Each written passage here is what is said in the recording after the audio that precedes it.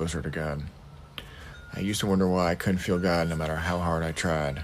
And it turns out it wasn't about what I needed to start doing, it was about what I needed to stop doing. And here are 5 things I had to quit to finally get closer to God. And number 4 literally changed my entire life. Number 1, I quit worrying and started praying. I used to be an overthinker. I would lay in bed and just run scenarios through my mind. Like, what if I fail? What if it doesn't work out? What if I'm not enough? And then I realized something. And every minute that I spent worrying is a minute that I'm not spending trusting God.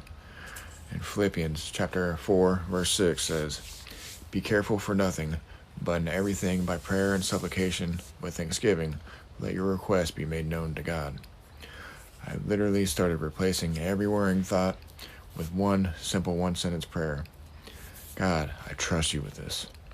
And over time, the worry started losing its grip. And then number 2, I quit speaking trash over myself. I used to say things like, I can't do it. It's impossible. I'll never figure this out. I'm not good enough. And I didn't realize I was prophesying over my own life. In Proverbs chapter 18, verse 21 says, "Death and life are in the power of the tongue."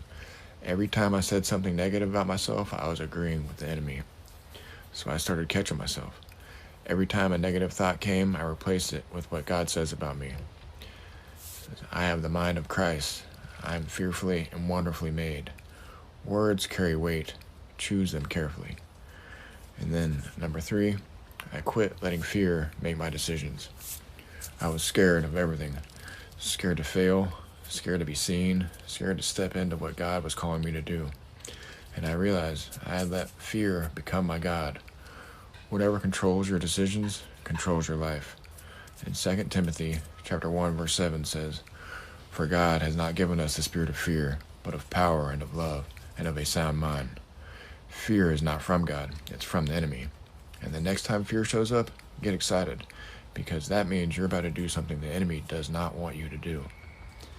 And then number 4, and this one is big, I quit caring what people thought about me. I was so addicted to approval that I would change who I was depending on who I was around. I was a different person at church than I was around my friends. And one day I realized I was performing for everybody except God. Galatians chapter 1, verse 10 hit me like a truck. "If I yet pleased men, I should not be the servant of Christ."